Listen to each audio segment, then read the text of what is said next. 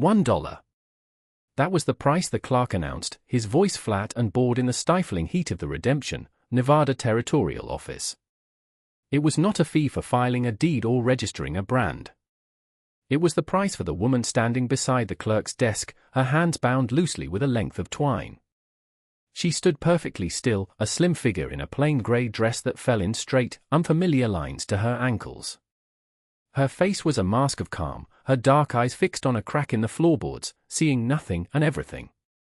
Jasper Kane watched from the doorway, the alkali dust of the street still on his boots. He had come to town for salt and flour, not for a wife. But the notice nailed to the marshal's office had caught his eye, disposal of unclaimed property. He knew what it meant. The railroad had moved on, leaving behind its debris, both iron and human. The men who had worked the line were gone, and the Chinese women who had cooked and laundered for them were often left behind, belonging to no one and therefore to anyone with a claim. The clerk, a portly man named Blevins with sweat stains blooming under his arms, looked up at the handful of onlookers. $1. Last call. Otherwise, it's the county's problem. The men shuffled their feet. They saw a burden, another mouth to feed, a silent, foreign creature who understood nothing of their world. Jasper saw the faint, almost invisible tremor in her bound hands. He saw the way she held her spine straight, a single line of defiance in a room full of careless authority.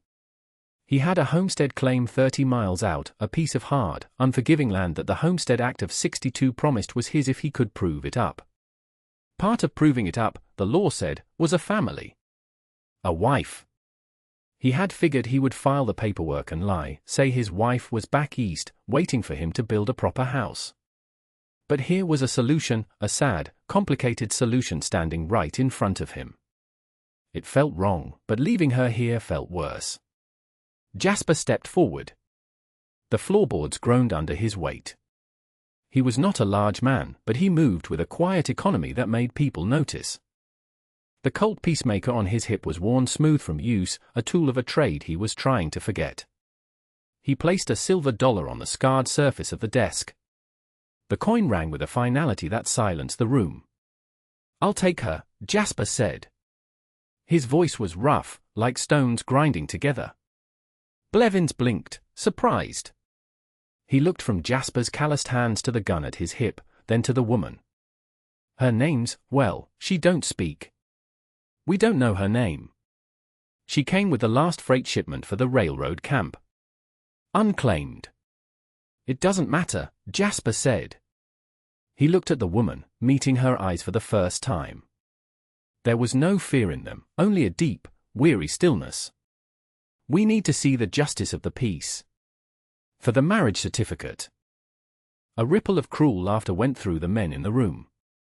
"My inner property, Kane," one of them snickered. Jasper's gaze swept over them, cold and flat. The laughter died. He turned back to Blevins, who was already scribbling on a form. "Name for the bride." Jasper looked at the silent woman again. He thought of the quiet canyons on his land, the peaceful moments just before sunrise. "And Jing," he said, the name coming to him from a place he didn't understand. "Her name isn't Jing." Blevins shrugged and wrote it down. He took a knife and sawed through the twine on her wrists. She rubbed the raw skin but made no sound. The justice of the peace was summoned from the saloon next door. He smelled of whiskey and disinterest. The ceremony took less than a minute. No vows were exchanged. A signature from Jasper, and X'd from the justice as a witness, and it was done. Jasper Kane, a man running from his past, was married to a woman who had no voice to tell him hers. He led her out of the office into the brutal glare of the afternoon sun.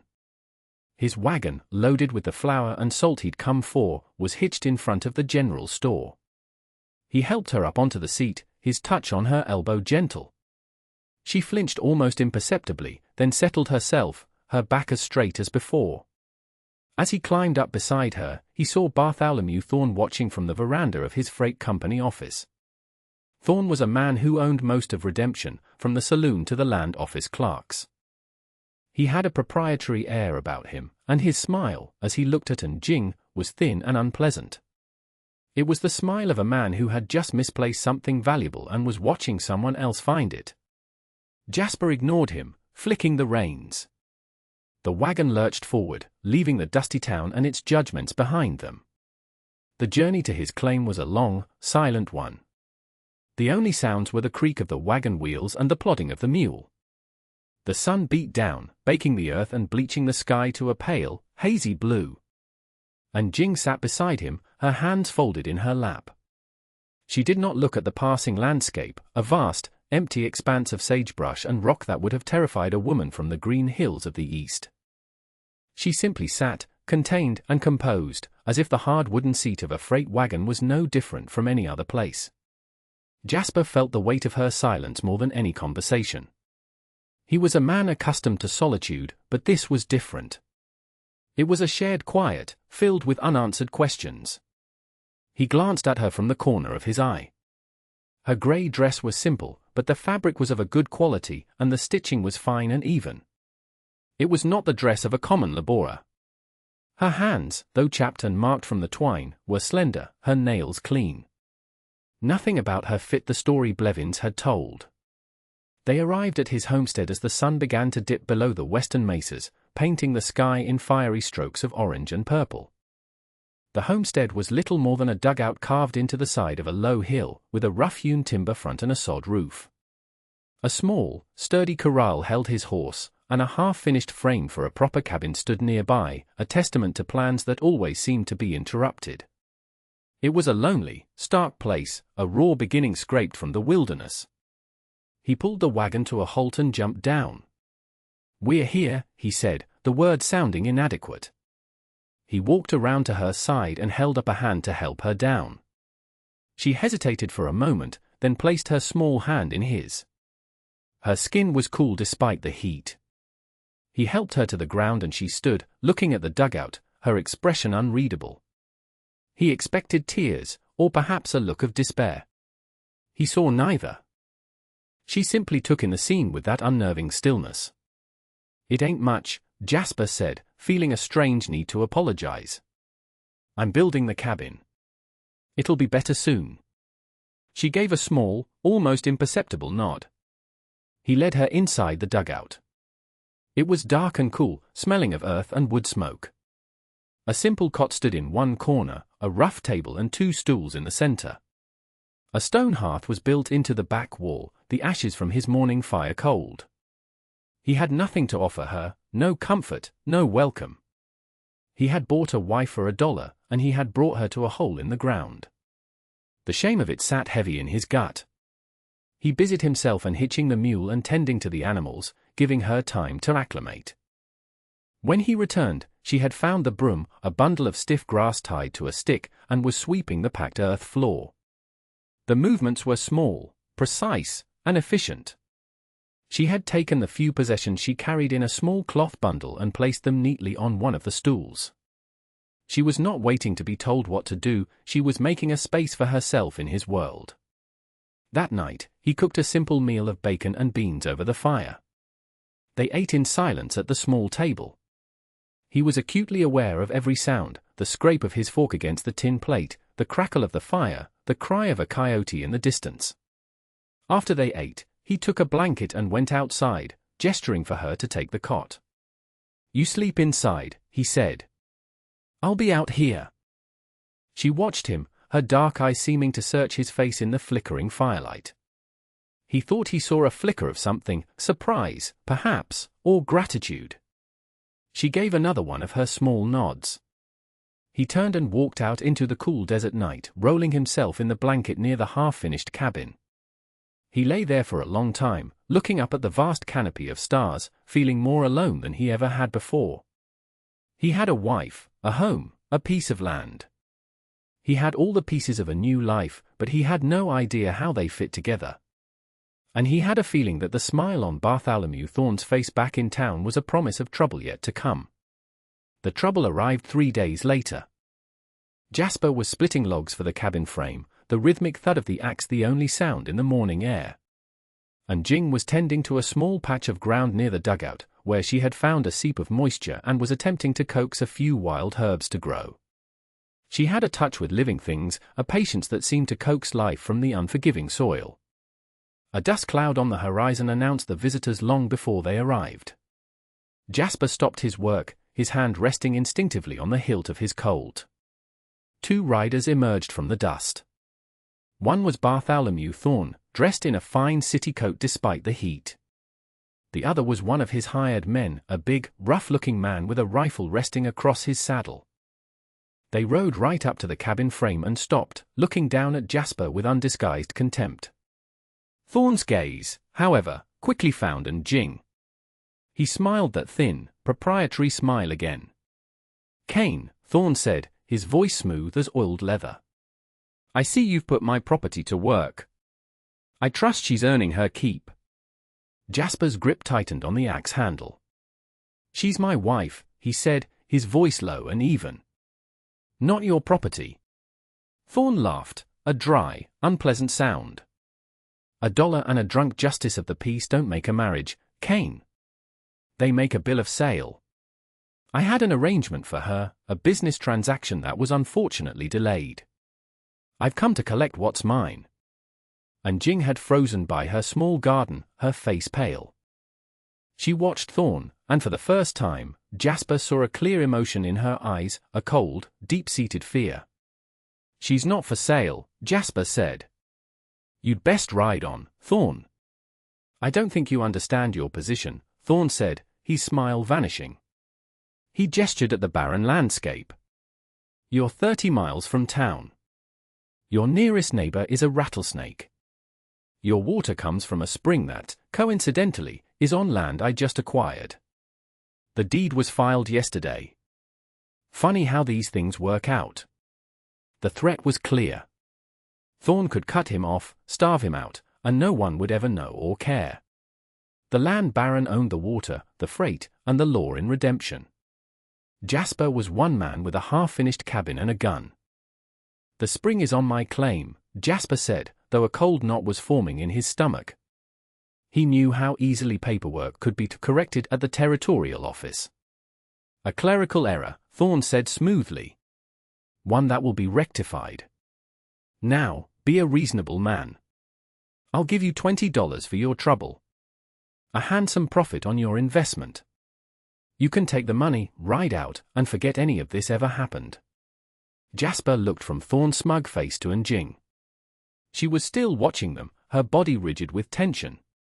She had been property, a piece in Thorne's game, and he had made her a wife. He had made her a promise, even if it was one spoken only to a disinterested justice of the peace. He couldn't sell her back. He couldn't sell her at all. "The answer is no," Jasper said. He let the axe fall to the ground and straightened up, his hand now resting loosely near his pistol.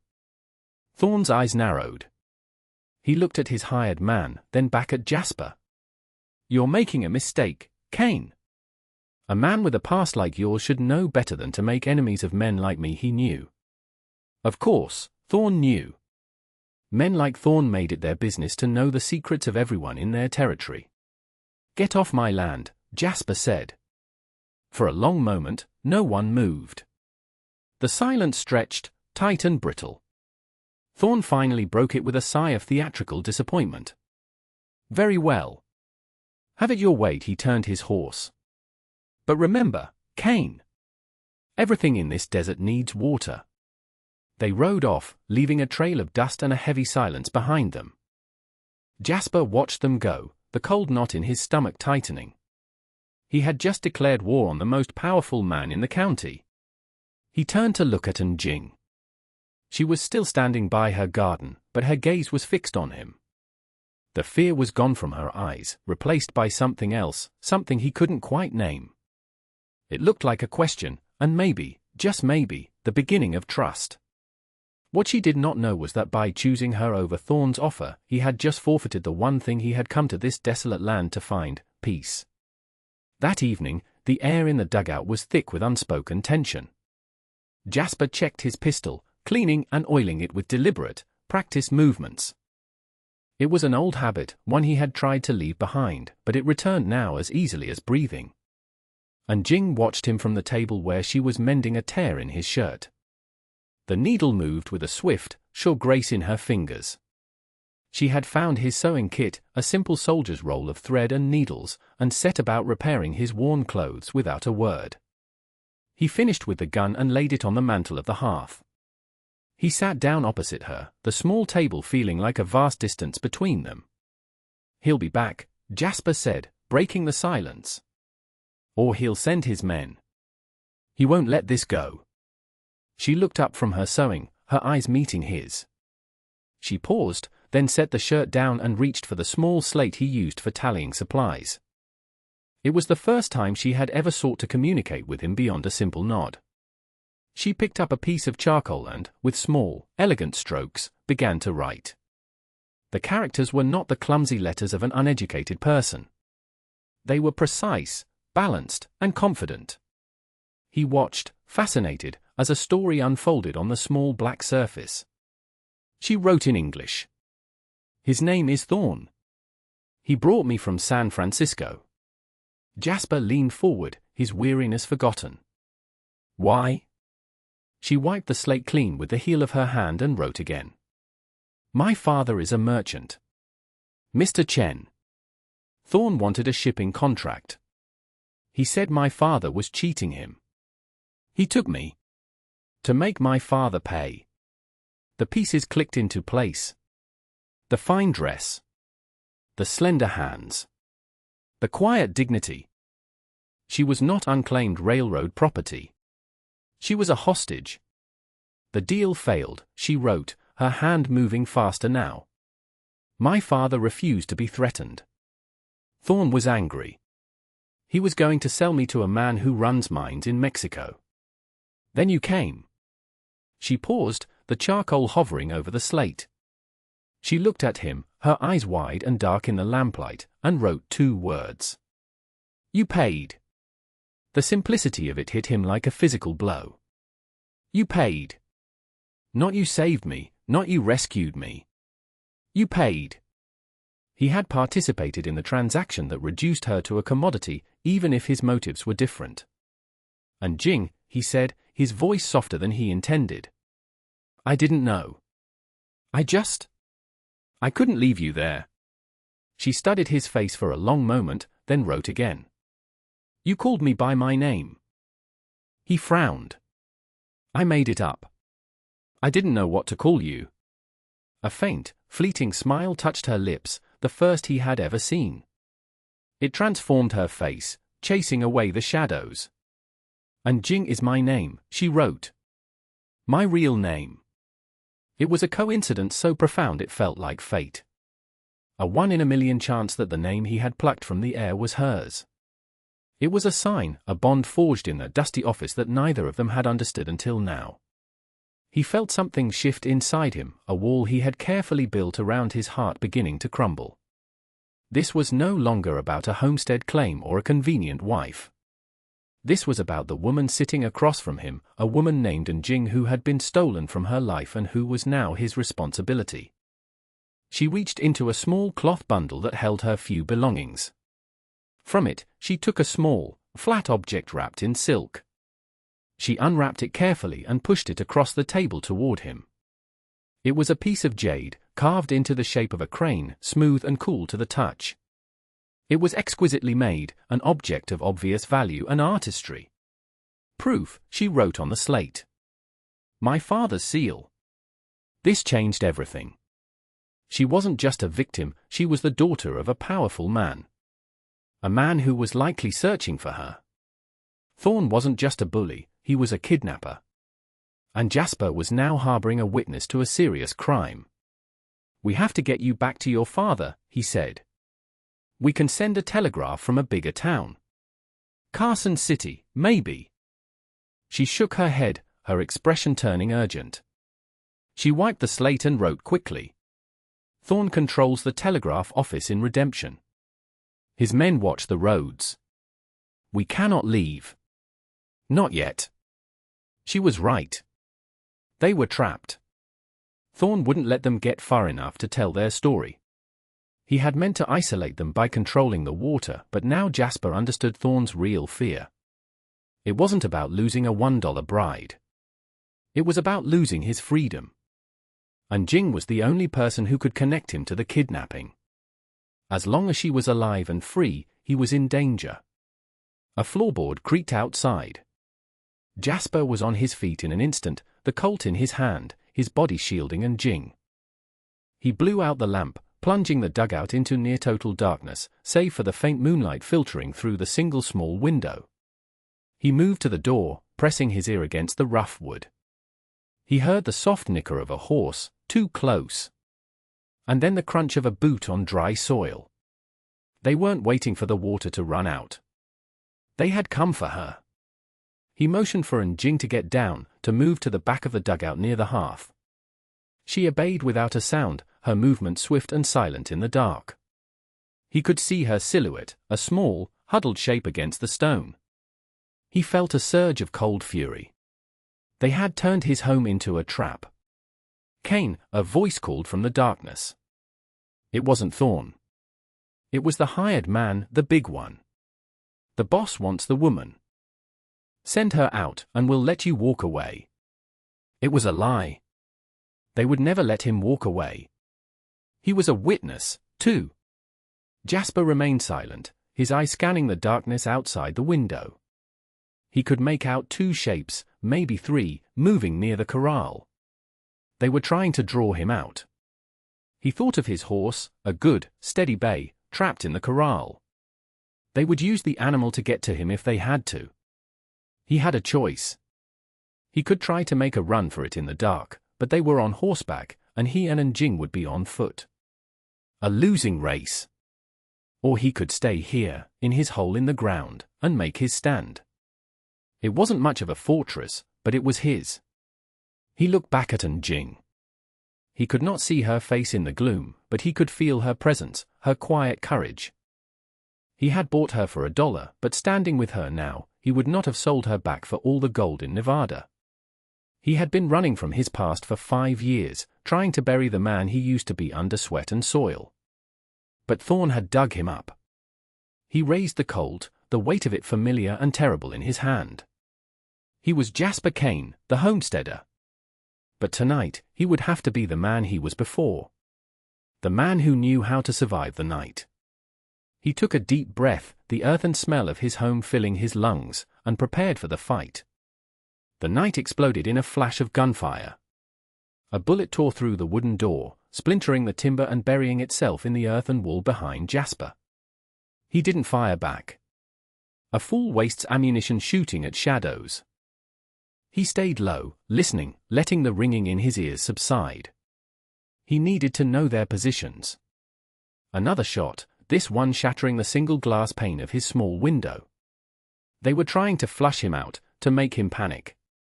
He heard them talking in low voices near the corral. They were getting impatient. Good.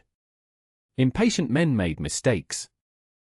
Jing remained perfectly still by the hearth, a silent shadow in the darkness. He was grateful for her calm. A screaming woman would have given away their exact position. Her stillness was a weapon, a small anchor of sanity in the chaos. He crept to the window, peering through the shattered frame. The moonlight was bright, illuminating the stark landscape. He saw one of them, the big man, moving toward the dugout, using the half-finished cabin frame for cover. Another was by the corral gate, likely planning to release his horse to create a diversion. A third, he guessed, was further back, providing cover fire. Jasper knew his dugout had a weakness, but also a hidden strength. The sod roof was thick, but the front was timber. What Thorne's men didn't know was that he had dug a small root cellar at the back, its entrance concealed by a stack of firewood near the hearth. It led to a narrow tunnel, barely big enough for a man to crawl through, that opened up in a shallow ravine about 50 yards behind the dugout. It was an escape route, a lesson learned from a hard life. He moved silently back to Jing. He knelt beside her, his hand gently touching her shoulder. She didn't jump. He pointed toward the firewood, then made a crawling motion with his hand. He needed her to go first. She looked at him, her eyes wide in the gloom. He could see the question in them. Was he coming with her? He gave a single, firm nod. "Trust me." She moved the firewood with a quiet efficiency that amazed him. The small wooden hatch to the cellar was revealed. She lifted it and, without hesitation, slipped into the darkness below. Jasper waited. He needed to give her a head start and create a diversion of his own. He picked up a tin plate from the table and hurled it toward the far corner of the dugout. It clattered loudly. As he expected, a volley of shots ripped through the wall where the sound had come from. In that moment of distraction, he fired a single shot from his Colt through the window, aiming not at the man but at the wooden beam above him in the cabin frame. He was rewarded with a curse and the sound of splintering wood. He didn't wait to see the result. He scrambled back to the open hatch and slid into the cellar, pulling the cover closed above him. The tunnel was tight and smelled of damp earth. He crawled on his hands and knees, the gun held tight in one hand. He could hear Jing moving ahead of him.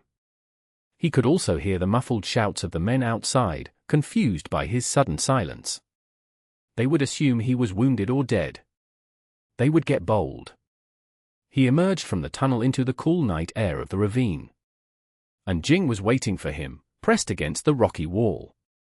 He put a finger to his lips and pointed up, toward the rim of the ravine. They crept along the base of the gully, using the shadows for cover. From their new vantage point, they could see the entire homestead. Thorne's men were closing in on the dugout. The big man kicked the door in, while another circled around the back. They were walking into an empty trap. Jasper raised his pistol. He was not a murderer. He had killed men, but only when he had no other choice. Tonight, his goal was not to kill, but to survive.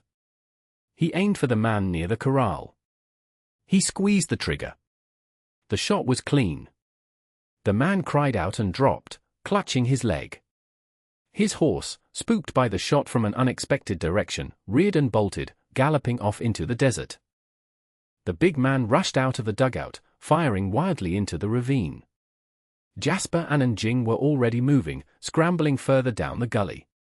The third man, realizing they were flanked, began firing as well, the bullets kicking up dust around them.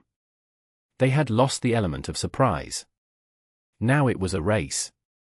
Their only hope was to get to the rocks on the far side of the claim, a place where a man on foot had a better chance than men on horseback. They ran, their lungs burning, the sound of their own footsteps loud in their ears. A bullet whizzed past Jasper's head, so close he felt the heat of it. He pushed Jing ahead of him, shielding her with his body. They reached the edge of the rocky outcrop and scrambled for cover. They were pinned down. But the odds had changed. It was 2 against 2 now, with one of Thorne's men wounded. And Jasper knew this land. He knew every rock, every crevice. This was his ground. He reloaded his pistol, the click of the cylinder seating the cartridges sounding loud in the night. He looked at Jing, huddled beside him.